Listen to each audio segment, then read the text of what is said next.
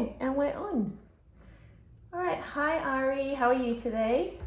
Well, thank you. How are you? Good, thank you. So we met the other week, so I'm Sarah, just a reminder. So I'm looking after you for your office-based parts of your onboarding program. So we'll be here for about 20 minutes today. So I just want to check that you're, in a nice quiet environment, you're not going to get interrupted. You're comfortable, so we'll be staring at our screens for that time, so just make sure that you're looking after your posture and that you're in a good spot for that. Yeah, I'm all good here. That's fantastic. So I might just go straight to our PowerPoint. So today we're going to look through some of the information about client services, so how you work with your team, some information about behaviours of concern and some different types of clients you might come across. And then we'll just finish up with some extra information about Prestige. So you're a permanent care worker. So some of the things that we'll talk about relate specifically to you. So the way that you use Employment Hero and our app will be a little bit different to some of your colleagues who are casual. But we'll just get into it if you're all comfortable. I'll just double check that you received the printout. I did take note that you prefer things to be a little bit larger print, so you should have your printout with you. I got them and the print is really good. I can see it well. Fantastic. All right, great. Well, let's go along. So some of the things at the start, so this welcome we spoke about in the first session, but just keep in mind we're coming up for our 20th year anniversary at Prestige next year. So we were founded in 20 years ago. Oh my God, the numbers just went from my head. And in your role, you'll do care from a 1 hour shift. And because you are a perm, we'll try and roster you into shifts that make sense from a driving perspective. So we won't have you driving from one end of Melbourne to the other. Your shifts will be more in like a run, I guess. Just a reminder to make sure that you finish your modules that are online. So these are the modules that we need you to do before your first shift. So it's PPE, Procure and Mobility. We'll talk a bit more about the app today, but the training will be the one that gives you all the information. Completing a workplace health and safety assessment and manual handling. The other part is your induction handbook and your general notes. So if you have a look through those and tick off that you've reviewed them, that would be great. Okay, so we'll have a look at client services team, how to pop your leave in, what happens if you're sick, after hours, work health and safety, professionalism, the app and how to use it, rewards and recognition, and payroll. So we will have already talked about this, but it's a great reminder. There's one phone number for Prestige, that's the 1300 1030 10 number, and one main email address. So any information that you've got that's not urgent, you're more than welcome to email through. Everything else, please give us a call for. So you're going to be working in our Mornington area. So your carer lead, so your manager is Tina. The other areas all have their own carer lead, depending on their region or how the client is set up. Prestige really focuses on carer and client matching. It's part of how we work. And it would be great if you give us feedback about how you're going with your client. If in the case that you don't feel like your relationship with the client is working, just let us know and we can reallocate you to another client. That's not a problem. Sometimes on a shift, you'll have someone working alongside you or someone else just in the home that wants to let you know how to do your job or is giving you feedback that doesn't quite match what you've been told by Prestige. Please remain polite with that person, but the care plan really is your definitive task list. So stick to your care plan, give the office a call if you need any support with that. Sometimes you'll have visitors on shift that you weren't expecting. So if anyone pops by to visit your client, please just check that your client is happy with them to come into the home and make sure you pop that in your dated notes. So the dated notes are visible to the client's family or to whoever looks after the client side of the app. So that just helps the daughter know, for example, that Auntie Judy dropped by. Just keeps that communication open. Yep. Some things that might happen on a shift, a client might not want your care that day. So if they do that, please just double check the care plan to see if there's any other care arrangements in place. Try to remind them and prompt them that you are, Ari from Prestige and this is the time that you should be there. But if they totally don't want your support, that's fine. Just give the office a call. So just pop outside the home and wait there until the office works out the next steps.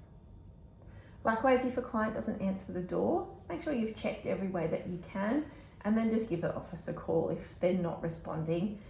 Sometimes they forget and go out or they're asleep. Or we've had an occasion where for a case manager, they were sewing inside the house, so they couldn't hear. So they're sometimes just there.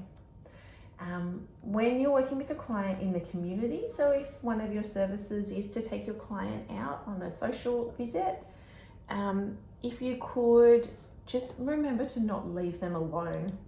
So we have some clients that are at risk of absconding, so of leaving. And some clients do wander, so it's really important to stay with your client at all times. If you've got a situation where your client doesn't want to go home, this sometimes happens, just give the office a call and we can support you in ways to encourage them to understand that it's the end of your shift now. Some clients that we work with are heading towards their end of life, and some of them are really organised. So they may have an advanced care directive, and an advanced care directive is a document that talks about what they want at the end of life. So who'll be with them when they pass away, what their symptom management's going to be, and what to do with them when they do pass away. So if there's any information that is suitable for us, it'll be in the care plan. Not all clients have an advanced care directive. They're just not at that point of organising that just yet. But often if they are towards end of life, there will be a palliative care team in place and they'll be able to support with anything that happens on shift. If the client does pass away on shift, they can, the palliative care team will be able to verify because there'll be a nurse there. But if you're by yourself, we do need the ambulance or a medical practitioner to verify that the person has officially passed away. Just give the office a call in the case. Something that comes up a little bit just because of the clients that we do work with, they have a client deterioration. So just a change in their baseline state is what we mean by client deterioration. And some of the examples are here on the screen. So there'd be mobility changes, fatigue, decreased appetite, suicidal idealization, changing consciousness. Something that comes up a bit with our older clients is their skin. There'll be some dry, red, torn, swollen skin. So if you're ever really concerned about your client, please call 000. Prestige isn't an emergency service, so we really do need you to make that call. Call the ambulance, then give us a call to let us know what's happening. And just make sure you pop that in your care notes. Yeah. Can we just have a little case study? We've got a couple of little case studies through this, this training. So we've got Miss Johnson. You're chatting with her and you notice she sits down, turns pale and has difficulty breathing. You're very worried because this hasn't happened to her before. The only medical condition listed in her care plan is chronic back pain. What should you do? Do you A, email the office to advise, B, call Prestige to advise, C, call 000, then call Prestige, or D, there is no need to advise Prestige? C. Yeah, definitely in that situation, it's a call for the ambulance to make their assessments. Thank you, good job, Ari. Just up next, we've got a short video about restrictive practices, and then we've got a couple of case studies and a bit of a discussion afterwards as well. So I'll click play.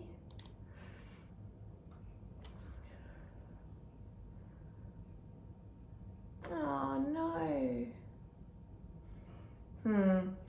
I've been having this recently where my it hasn't happened on this particular video before.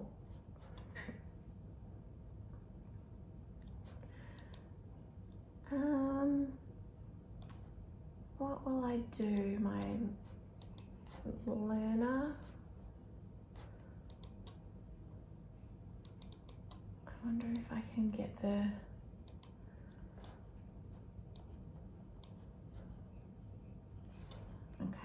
hang on 2 seconds.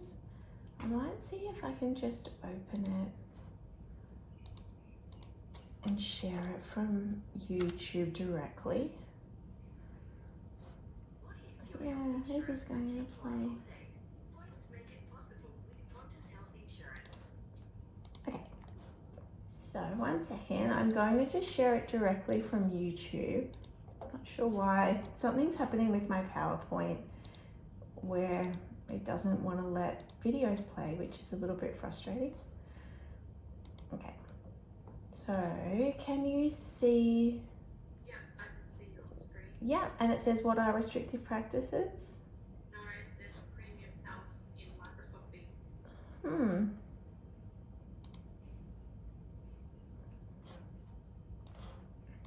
Okay. I'll stop again and share this one. Yep, that's it. Beautiful. All right, so it's only a short video, goes for just over 2 minutes.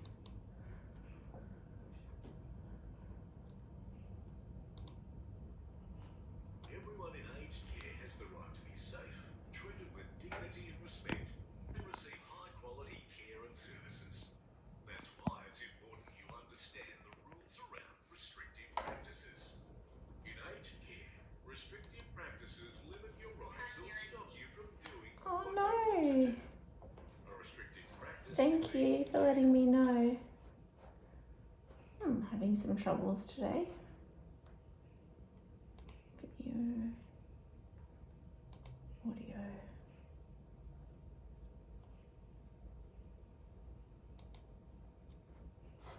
How about, no, it might be mine. How about using now? medication that restricts your movement or affects your Turn up. I should be able to hear the video if I can hear you. Yeah, that's what I mean. It's funny. Maybe this one. I'll just try a different speaker. ability to make decisions. Environmental, restricting or limiting. No.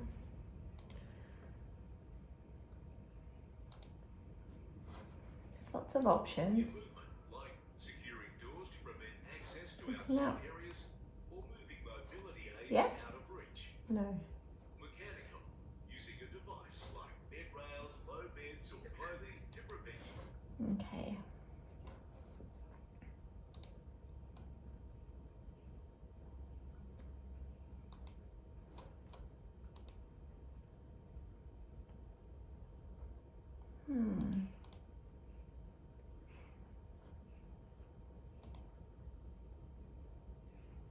Same. Maybe I missed a reshare. I know what happened. Okay. Let's try again. Be safe, treated with dignity and respect, and receive high-quality care and services. That's why it's important you understand the rules around restrictive practices.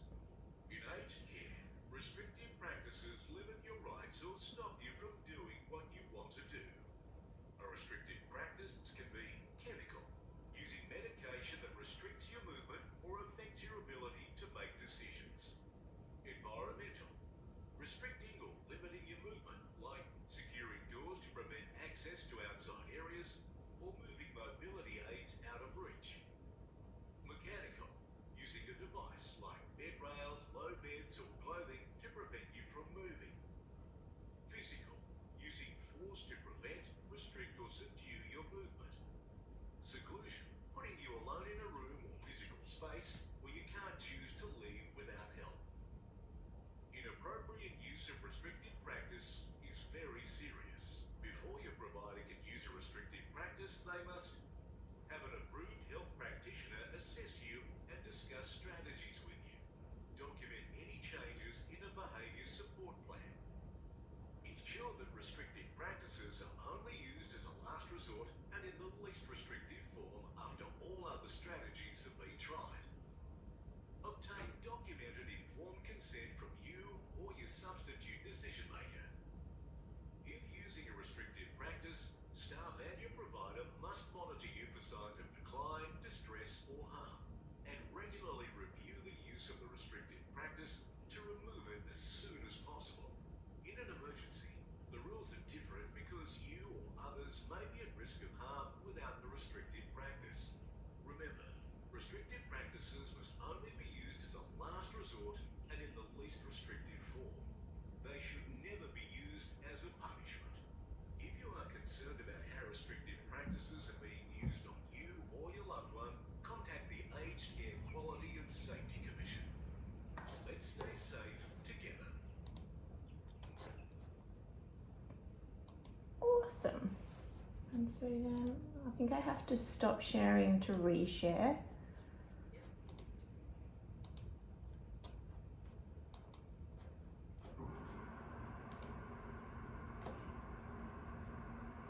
Okay.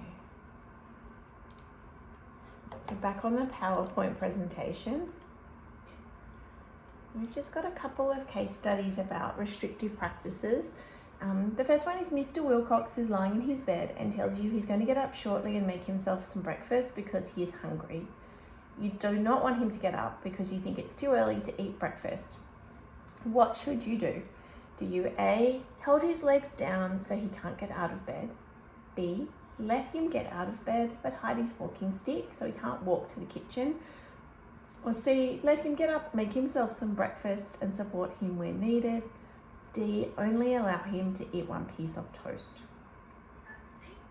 Poor Mr. Wilcox, yes, definitely support him where he's needed to get his breakfast. The second one is about Miss Bates, who has dementia, and she's rolled off her bed and onto the floor for the second time today. As a result, she's got bruises on her arms and her legs. You offer to put up the bed rails to prevent the falls, but she does yell out no. There's a behavioural support plan in place saying for injury prevention, if necessary, place bed rails on both sides of her bed to prevent falling. What do? Do you place the bed rails on both sides of the bed and advise the office, or let her keep falling off because bed rails are a restrictive practice? Correct, yes. So with that, even though she is saying no, the behavioural support plan would have been made in conjunction with a medical professional, so it is for her safety. And just a couple of quick discussions around this topic. If a carer locks a client's front door, is this considered a restrictive practice? And why or why not? Do you think that it would be? Yeah, it probably would be. It's depending. Yeah, if they're like prone to running out and they're sleeping, they might have to lock the door. But Yeah. it depends on their care plan. Definitely. So it really is about the intent of it. So if you're locking the front door because that's how the client likes to live, with the front door locked, then that's totally fine. That's like general safety. However, if a carer locked the door because they know the client might want to leave, so you're restricting their ability to leave if they choose, then that might be a restrictive practice. In the case that you said that the client might be a runner, like just for an example, they are most likely going to have a behavioural support plan, which will indicate at what times or what triggers you might need to lock the front door. And that would all be in your care plan. That's something as well, if you're ever confused about, just please call the office. The second part to this is more around a behaviour of concern or not. A client's watching porn in their bedroom and a carer walks in. The client doesn't stop watching. Would this be considered a behaviour of concern? And I'll go into the description for this one. So this isn't a behaviour of concern because clients are, able to, we've said, perform a sexual act in private as long as it's consensual. So if they're watching porn in their room, like by themselves, then they've obviously consented. And the carer can go and do some other tasks somewhere else if that's not comfortable for them. Where it would be a behaviour of concern would be if the client's watching that same product, so that porn in public, or sharing, making people watch it as well. Like it's an individual thing. So no, but there's always grey areas in this to consider. Did you have any questions about that part? No, it seems all straightforward. I think, we've explained it really well. Awesome. So I'll just skip through to leave and absences. You will have used Employment Hero for all your onboarding information. So you do use that as well to log your leave. So if you wanted to have some annual leave, we need you to pop that into Employment Hero or Swag 2 weeks, at least 2 weeks beforehand. It would be great if you could just give your carer lead a heads up that you're going to do that as well. So let us know as soon as possible. If you're unwell and need to take some time off, we do need a medical certificate if you have more than 1 day off in a row, if it's either side of a weekend, a public holiday, or before or after your planned leave. And you can just easily upload that into Swag as well. So we do have an after hours operation. We are in the office from 8:30 to 5 each day, but some of our clients have services that obviously are overnight or into the evening. So you can always call Prestige. It's on the same number on 1300 1030 10. And really it's just for urgent. So after 10 p.m, we ask that you don't call unless, it's an emergency. You're on shift with a client overnight and something is happening. If you're not well at 2 a.m. and your shift in the morning is at 10 a.m, please call us from 6 a.m. onwards. Don't, it's a very skeleton staff, and you'll be either waking someone up to make the call or potentially blocking the line for an emergency. So just let us know from 6 a.m. onwards in that case. Don't send an email if it's really urgent, just do call if it's urgent. So a little case study around that is you're about to start your 10 p.m. shift with Mr. Smith. At 8:30 you start to feel sick and you're not able to attend. Do you email the office to advise? B, call Prestige and advise after hours on-call team? C, call Prestige the next morning? Or D, there's no need to advise Prestige? Call Prestige and advise the after hours between 5 and 10. Yes, perfect. That's excellent. Thank you for that. And if it's something that you think of that's not urgent and you are awake in the middle of the night for whatever reason, you can just send an email and we'll get that in the morning. Yeah.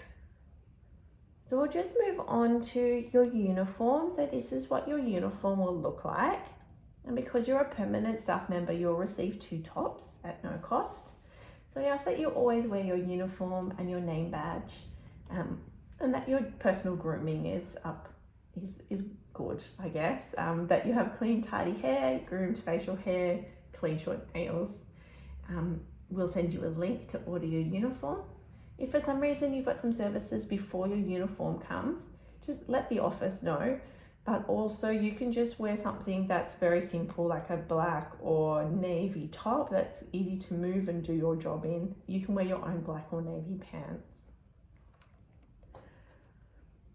We just pop into some information about the mobility app now. So Procura Mobility app is the app that you'll have your care plans on, that you log in and out of your services. You'll log your client kilometres. What else can you do?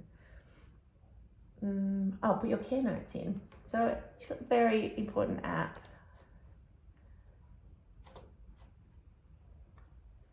The use of mobile devices in today's world is a critical component in the delivery of quality care and reducing costs in the community. Procura Mobile is a fully integrated solution that addresses scheduling and documentation, all on a smartphone platform. Field staff have easy access to current client details and Cool. I'm not having much luck with YouTube. That's okay. I've got a couple of slides I can talk through about it. So you will have received the link to your app. So please log in, have a look around, make sure you're familiar with it. So what you can do, this is what it looks like basically. These are your shifts once you get some. If you don't have any shifts on Tuesday the 17th, it'll just be blank. And to get into the care plan information, you click on the client and that opens up that next page. So you'll use the app for your roster, your care notes, to see care plans. You might get some shift change notifications. You can update because you are a perm, we prefer you to talk to your carer lead if you're changing your availability or if you're putting leave in. Do that through the Swag app. If you have any troubles with the app and you're concerned that you can't see your shifts or you can't access a care plan, give us a call and we'll be able to email it or get it through to you another way. There is an online training as part of your mandatory trainings all about how to use the app. So that would be the best thing. I guess the other most important thing really is if you're doing kilometers, so if you're transporting your client, so from your client's home to the shops and back, you're paid for those kilometers. So we just need you to pop them into the app before 9 a.m. the next day. Just the way our system works, we do timekeeping, it's called, and so it gets all the information and pops it through to payroll, and you may miss out on being paid for those kilometers if you don't get them in straight away. We'll probably just finish up with a bit of talk about payroll. So your payroll starts, we talked about this in the first session as well, but we pay fortnightly on a Wednesday. So you're paid for your time in the training in the initial stages, and you'll pay for your time to do those mandatory online trainings as well. Our super is paid monthly. And that's kind of it for us today. It's nice and short and sweet. Did you have any questions about the information that I've presented today? I think you've explained it all really well, and yeah, I understand all of it, and I'll have a read of the notes you sent me as well, and yeah, I think we'll be fine. Fantastic. Thank you so much. So just so you know what happens next, your carer lead will be in touch and they will organise some buddy shifts with you. So they'll find some experienced carers and you'll go out onto shift with them. You've got about 6 hours of buddy shifts. You'll be doing your own shifts at the same, as well as, and the buddy shifts will have a shift with someone with dementia, I think there's a transport shift and a shift that includes that personal hygiene aspect, just so that that experienced carer can make sure that you're delivering the service in line with prestigious delivery standards. You'll come back in and we'll do a recap, and then we'll have a competency assessment, and that will take up sort of that first 4 weeks of your employment, and then you're prestige ready. Looking forward to it. I think the buddy shifts are a great idea. I think to have someone there on the first day is great. So that'll help with the nerves as well. Fantastic. All right, well, thank you so much for joining me, and we'll see you soon.